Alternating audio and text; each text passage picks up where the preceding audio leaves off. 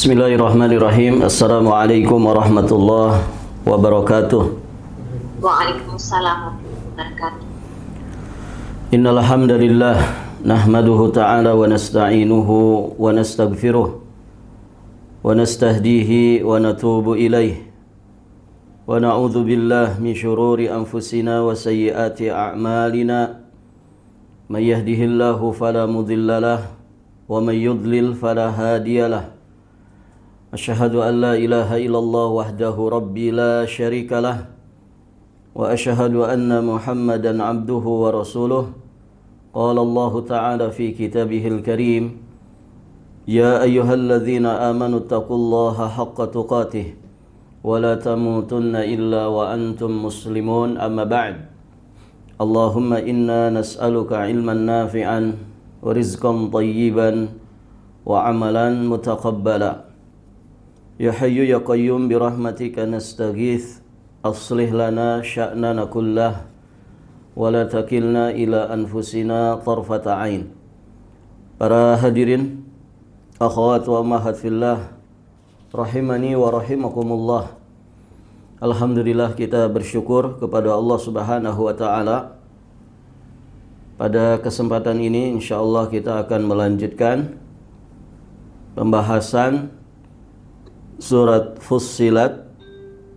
InsyaAllah kita akan membahas ayat ke-6 dan ayat yang ke-7. Allah Subhanahu wa ta'ala berfirman, Ba'da a'udzu billahi as-sami'il 'alim minasy syaithanir rajim. Qul innama ana basyarum mithlukum yuha ilayya annama ilahukum ilahu wahid fastaqimu ilaihi wastaghfiruh wa wailul lil musyrikin alladzina la yu'tuna az-zakata wa hum bil akhirati hum kafirun. Allah berfirman yang artinya, katakanlah bahwasannya aku hanyalah seorang manusia seperti kamu.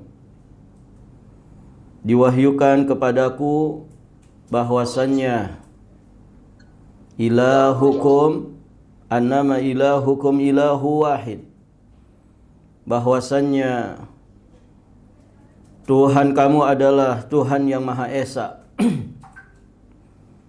Maka tetaplah pada jalan yang lurus menuju kepadanya dan mohonlah ampun kepadanya, dan kecelakaan besarlah bagi orang-orang yang mempersekutukannya, yakni orang-orang yang tidak menunaikan zakat dan mereka kafir akan adanya kehidupan akhirat.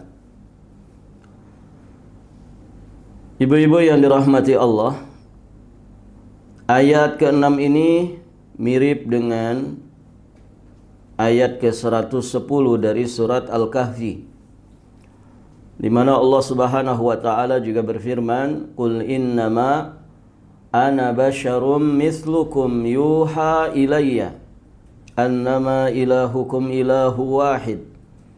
Katakanlah wahai Nabi Muhammad sallallahu alaihi wasallam, katakanlah oleh engkau, aku hanyalah manusia biasa seperti kalian yang diberi wahyu untuk menyampaikan bahwa ilahukum ilahu wahid, Tuhan kalian, sesembahan kalian adalah sesembahan yang esa. Maka dari sini kita memahami bahwa Rasulullah sallallahu alaihi wasallam adalah sosok bashar. Qul innama ana basyarun. Beliau adalah seorang bashar, yakni bangsa manusia.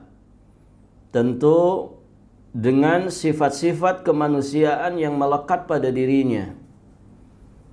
Jadi beliau bukan dari bangsa malaikat, bukan pula dari bangsa jin, bukan pula semata ruh yang tanpa jasad, bukan pula semata nur seperti yang diyakini oleh sebagian manusia.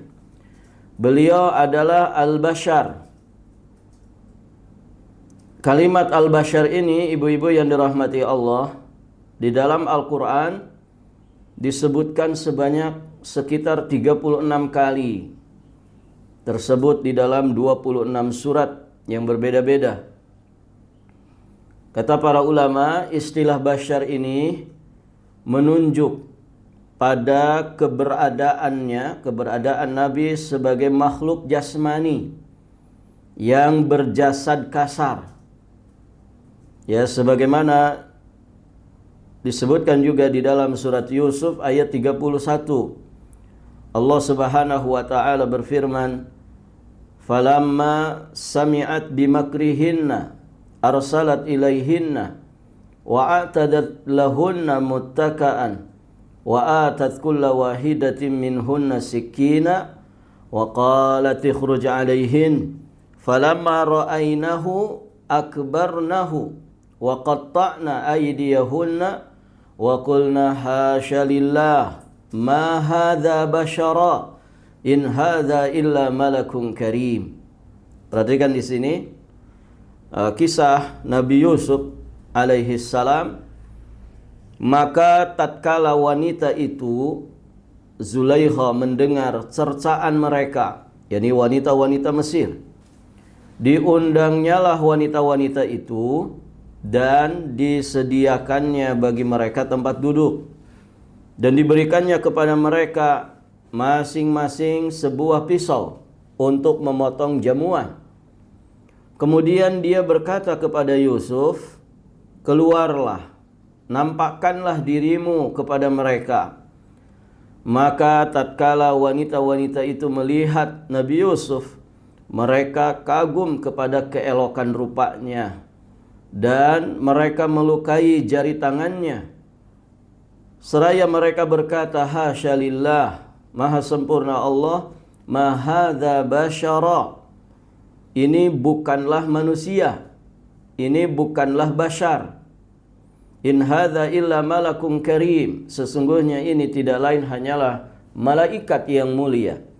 Perhatikan di sini. Di sini diungkapkan kalimat ma hadza basharan illa hadza illa malakun karim. Ayat ini barakallahu fikum mengisahkan kaum perempuan saat itu yang begitu terpesona dengan ketampanan Nabiullah Yusuf alaihi salam, sehingga mereka mengungkapkan ungkapan hasya lillah ma hadza bashara in hadza illa malakun karim. Ini bukanlah manusia, ini bukanlah bashar, ini benar-benar malaikat yang mulia. Perhatikan di sini, kata manusia pada ayat ini diungkapkan dengan kata bashar. Diungkapkan dengan kata bashar. Sebab kekaguman mereka hanya kepada ketampanan Nabiullah Yusuf dari sisi fisik. Maka dari penjelasan ini bisa disimpulkan bahwa bashar berarti manusia dari sisi fisik atau jasmania. Nah, ketika Nabi diperintah oleh Allah untuk menyatakan bahwa beliau adalah bashar, qul innama ana basyarum mislukum, maka sejatinya Nabi itu adalah manusia dari bangsa manusia yang memiliki jasmani, yang memiliki fisik, ya, dan beliau adalah makhluk, ya, sebagaimana manusia yang lainnya, ya, makhluk kasar, bukan makhluk halus. Barakallahu fikum. Taib, ibu-ibu yang dirahmati Allah. Jadi beliau ini dari bangsa manusia, maka beliau memiliki sifat-sifat yang dimiliki manusia pada umumnya. Beliau mengalami haus sehingga harus minum. Beliau juga mengalami yang namanya lapar, sebagaimana keumuman manusia, maka beliau butuh makan. Beliau juga mengalami yang namanya sakit, kepanasan, kedinginan, butuh bernaung ketika kepanasan, butuh menghangatkan diri ketika kedinginan. Beliau juga memiliki pasangan, memiliki keturunan. Beliau bisa terluka, beliau bisa bersedih, beliau bisa bergembira, bahkan beliau bisa marah dan lain sebagainya dari sifat-sifat yang melekat pada manusia pada umumnya. Taib, ibu-ibu yang dirahmati Allah. Maka ya di ayat-ayat yang lain Allah juga menegaskan tentang para nabi dan rasul sebelum beliau yang juga sama-sama dari bangsa manusia, melakukan apa yang dilakukan manusia pada umumnya. Ya di surat Al-Furqan ayat yang ke-20 Allah Subhanahu wa taala berfirman, "Wa ma arsalna qablaka minal mursalina illa innahum la ya'kuluna at-ta'ama wa yamshuna fil aswaq wa ja'alna ba'dakum li ba'din fitnatan atasbirun wa kana rabbuka basira." Allah berfirman, dan kami tidak mengutus rasul-rasul sebelummu, wahai Muhammad, melainkan mereka pasti la ya'kuluna at-ta'am, memakan makanan, bahkan wa yamshuna fil aswaq, ya mereka berjalan di pasar-pasar, dan kami jadikan sebagian kamu sebagai cobaan bagi sebagian yang lain. Maukah bersabar? Dan Tuhanmu Maha melihat. Baik. Di sini disebutkan para rasul sebelum beliau yang juga dari bangsa manusia, mereka la ya'kuluna at-ta'am wa yamshuna fil aswaq. Makan makanan, juga mereka berjalan di pasar-pasar. Di ayat yang lain di surat Al-Mu'minun ayat 33 Allah Subhanahu wa taala juga berfirman, "Wa qala al-mala'u min qaumihi alladzina kafaru wa kadzdzabu biliqa'il akhirati wa atrafnahum fil hayatid dunya ma hadza illa basyarum mislukum ya'kulu mimma ta'kuluna minhu wa yashrabu mimma tashrabun." Dan berkatalah para pemuka orang-orang kafir dari kaumnya, dan berkata pula yang mendustakan perjumpaan hari akhirat, serta mereka telah kami beri kemewahan dan kesenangan dalam kehidupan di dunia. Apa ocehan mereka? Apa kemudian caci maki mereka? Apa kemudian barakallahu fiikum ucapan mereka? Maka dikatakan, ma hadza illa basyarum mislukum.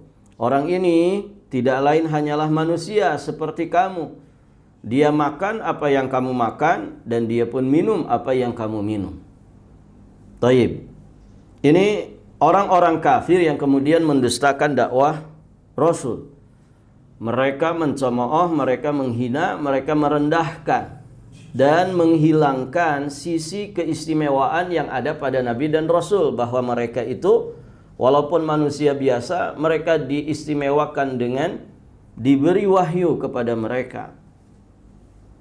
Nah, maka mereka menyerang sisi ininya.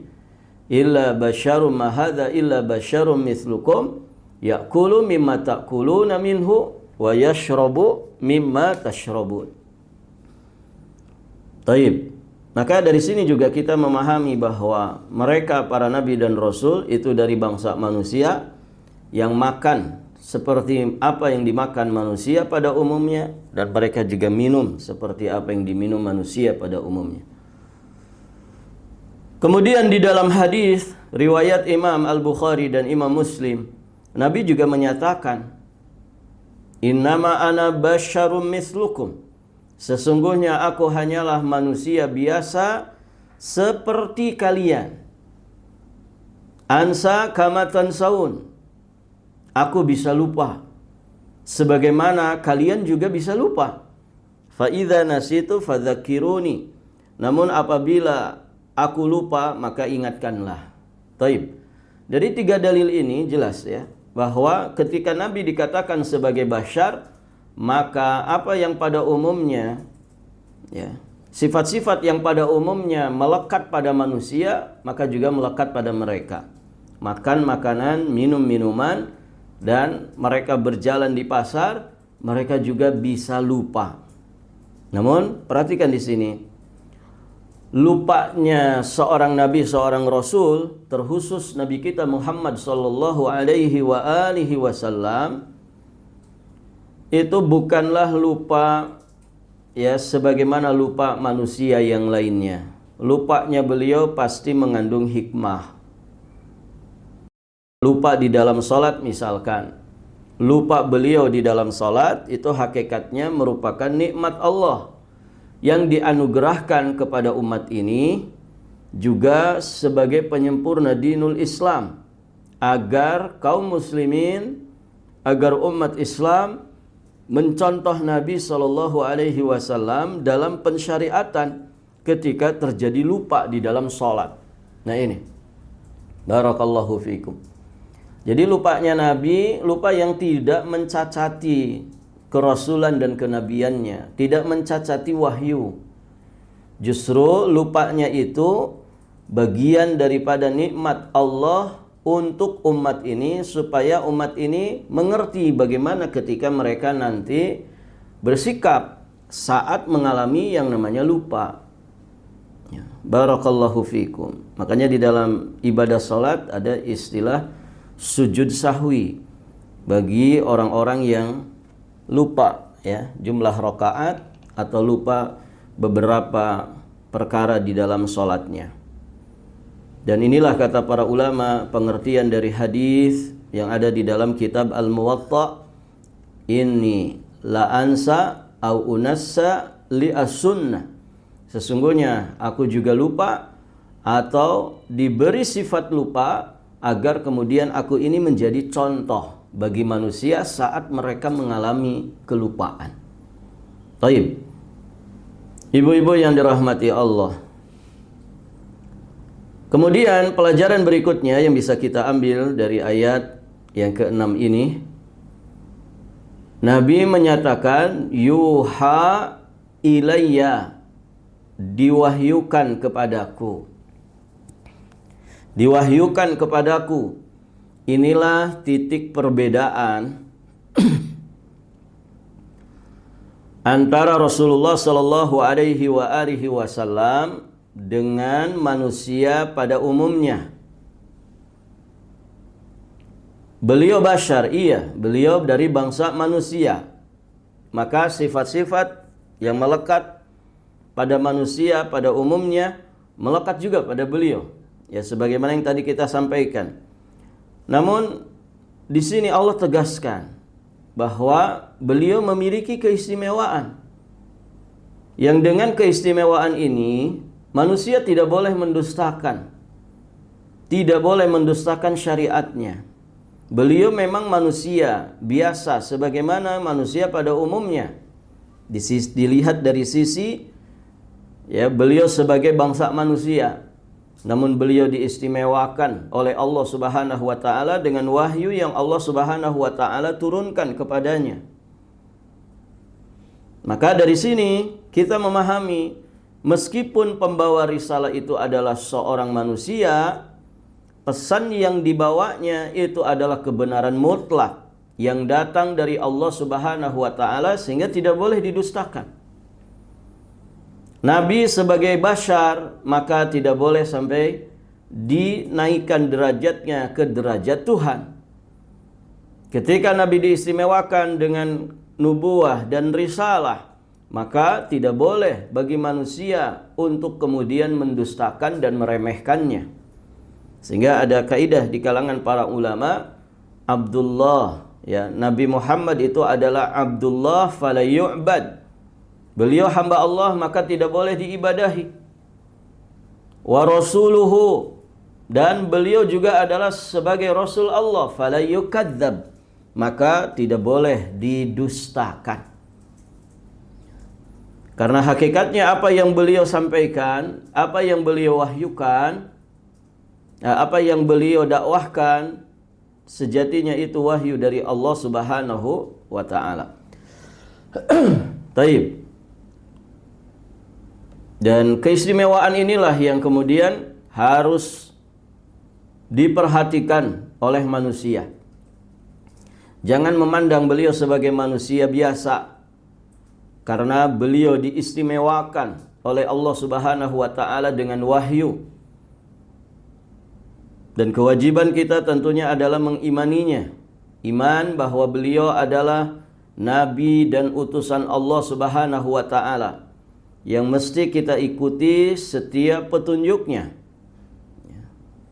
Yang mesti kita taati ya setiap petuahnya.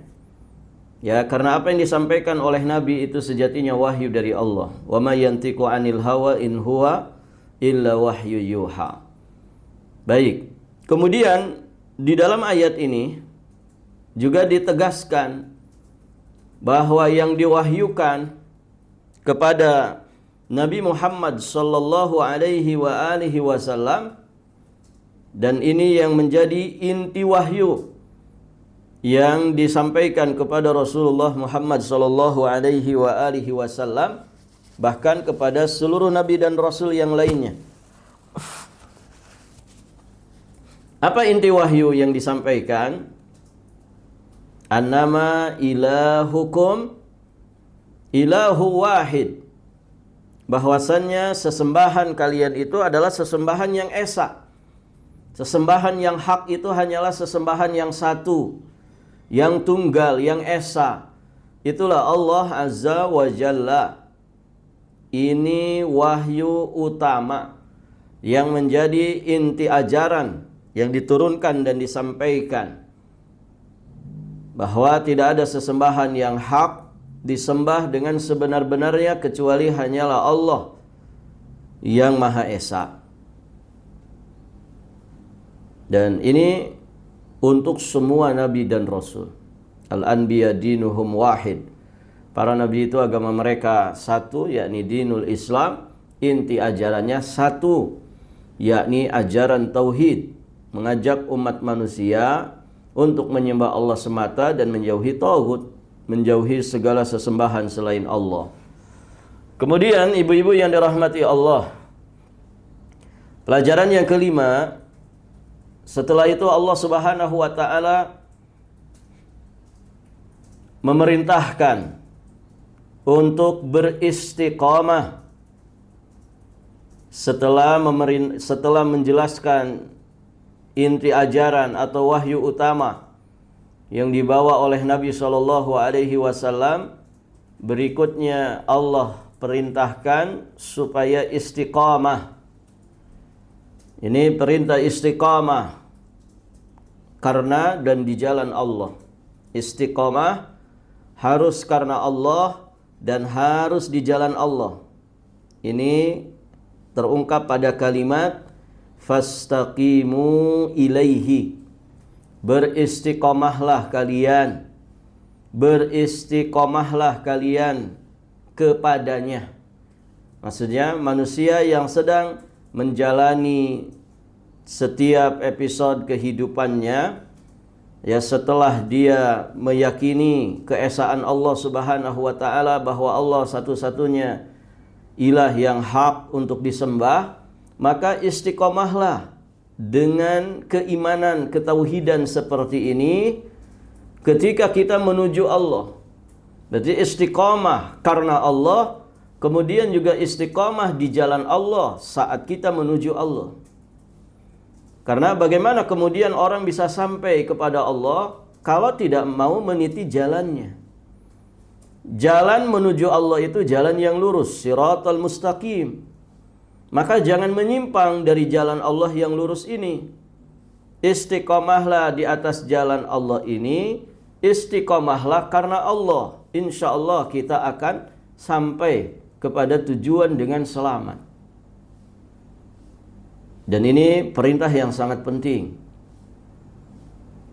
Dan ini menunjukkan bahwa istiqomah yang paling besar adalah istiqomah di atas iman. Istiqamah di atas ketauhidan. Annama ilahukum ilahu wahid.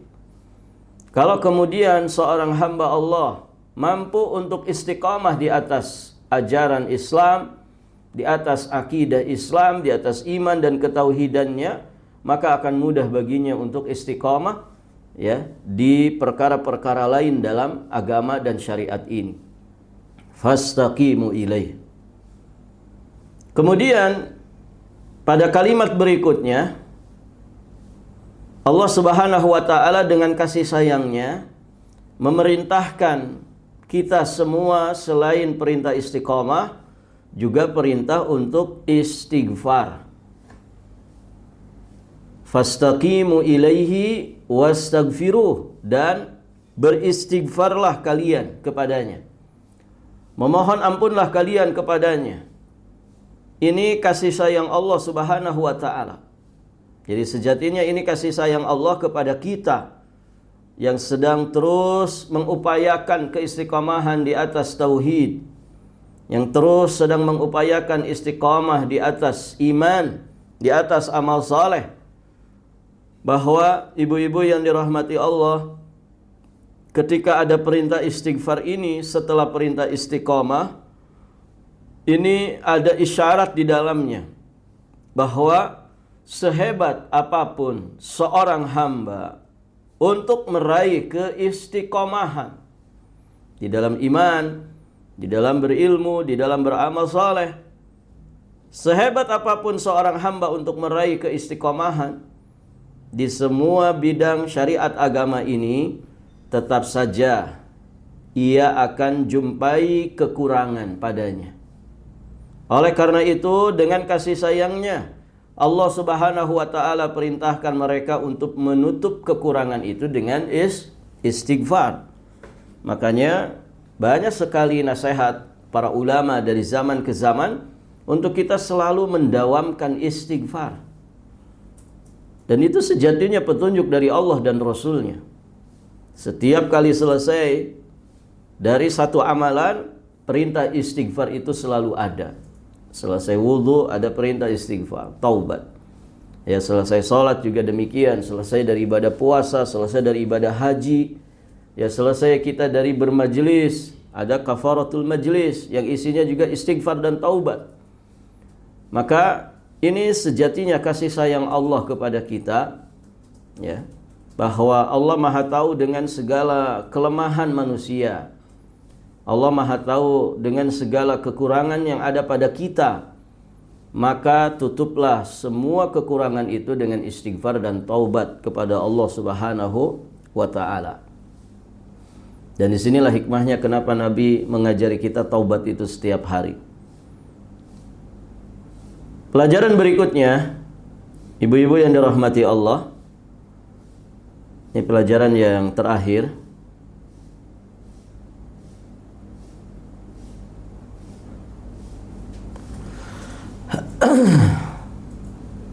Di ujung ayat yang ke-6, Allah Subhanahu wa taala menyampaikan wa wailul lil musyrikin. Wa wailul lil musyrikin. Dan wail bagi orang-orang musyrik. Di sini ibu-ibu yang dirahmati Allah, Allah mengancam, memperingatkan dengan peringatan keras orang-orang musyrik yang mengabaikan istiqamah di dalam iman dan ibadah. Mereka juga la yu'tunaz zakah, ya dijelaskan di ayat ketujuhnya. Mereka juga tidak menunaikan zakat. Alladzina la yu'tunaz zakah wa hum bil akhirati hum kafirun. Dan mereka kufur, mereka mengingkari tentang kehidupan akhirat. Perhatikan di sini, Allah mengecam dan memperingatkan dengan peringatan keras kepada orang-orang musyrik yang mengabaikan istiqamah dalam iman dan ibadah. Mereka tidak mau menunaikan zakat, mereka mengingkari kehidupan akhirat. Nah, hal ini menunjukkan bahwa tidak ada keikhlasan pada diri mereka kepada Sang Pencipta dengan tauhid dan juga salatnya. Tidak pula ada pemberian manfaat kepada sesama dengan menunaikan sedekah dan zakat. Perhatikan di sini, Allah ingin menegaskan bahwa ahli tauhid, mukminun, muwahhidun, mereka tidak hanya istiqamah di dalam iman dan akidahnya, tidak hanya istiqamah di dalam ketauhidannya kepada Allah, namun juga mereka menebarkan manfaat kepada sesama. Mereka baik ya pada perkara hablum minallah, mereka juga sangat baik ya terkait dengan hablum minan nas. Beda dengan orang-orang musyrik. Ya, mereka tidak ikhlas dalam ibadah karena mereka berbuat syirik, menyekutukan Allah Subhanahu wa taala dengan yang lainnya. Kemudian mereka juga tidak punya jiwa sosial. Ya, yang kemudian mereka berderma, ya mendermakan sebagian hartanya dengan sedekah dan zakatnya. Barakallahu fikum. Tentu ancamannya sangat besar, ya. Kekufuran mereka terhadap Allah Subhanahu wa taala dan yaumul akhir itu akan menjadikan mereka disiksa dengan siksaan yang pedih. Ya, sebagaimana firman Allah Subhanahu wa taala di surat Al-Isra ayat yang ke-10, wa annal ladzina la yu'minuna bil akhirati a'tadna lahum adzaban alima, dan sesungguhnya orang-orang yang tidak beriman kepada kehidupan akhirat, kami sediakan bagi mereka itu azaban alima, azab yang pedih. Auzubillah. Dan ya, orang yang tidak punya iman kepada kehidupan akhirat berarti hidupnya mentok dunia saja. Orientasi obsesi hidupnya ya hanya dunia, karena mereka tidak punya iman kepada kehidupan akhirat. Padahal dunia ini hina, dunia ini dani, ya, dunia ini rendah, ya, dunia ini besok lusa akan kita tinggalkan. Ya. Kalau orang kemudian hidup dan kehidupannya orientasi obsesinya hanya dunia dan dunia, barakallahu fikum, maka dia akan ikut hina sebagaimana hinanya dunia. Kemudian hablum minan nas mereka yang rusak, dengan mereka tidak mengeluarkan zakat, tidak berinfak, tidak bersedekah. Dengan kata lain, kebakhilan mereka terhadap harta mereka yang tidak dikeluarkan haknya, maka itu juga akan berakibat kepada azab yang pedih bagi mereka. Allah mengancam di surat At-Taubah ayat 34, walladzina yakuna adh-dhahaba wal fiddata wala yunfikunaha fi sabilillah fabashshirhum bi'adzabin alim. Dan orang-orang yang menyimpan emas dan perak dan tidak menginfakkannya di jalan Allah, tidak menginfakkannya di jalan Allah, apa kata Allah? Fabashshirhum, ya, berikanlah berita buruk kepada mereka bahwa mereka itu akan mendapatkan siksa yang pedih. Nas'alullah as-salamata wal afiyah fid dunya wal akhirah. Taib, ibu-ibu yang dirahmati Allah, ini beberapa pelajaran yang bisa kita dapatkan dari dua ayat yang mulia ini. Semoga menjadi sababiyah bagi kita untuk kemudian kita semakin memantapkan iman kita kepada Allah Subhanahu wa taala, ketauhidan kita kepada Allah yang menjadi wahyu utama yang diturunkan kepada para nabi dan rasul. Semoga juga menjadi sababiyah bagi kita untuk kita istiqamah karena Allah, istiqamah di jalan Allah, dan terus menerus berjuang untuk meningkatkannya, dan juga sungguh-sungguh di dalam beristighfar atas segala kekurangan.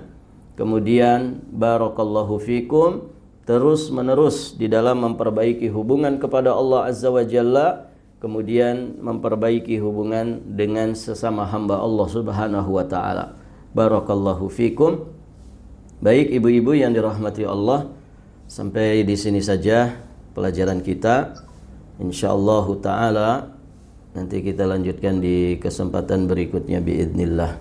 Baik ibu, sampai di sini kita akhiri, kita tutup dengan doa kafaratul majlis. Subhanakallahumma wa bihamdika asyhadu an la ilaha illa anta astaghfiruka wa atubu ilaik. Hadanallahu wa iyyakum ajma'in, wallahul muwaffiq ila aqwamit thariq. Al-'afwu minkum. Wassalamu alaikum warahmatullahi wabarakatuh.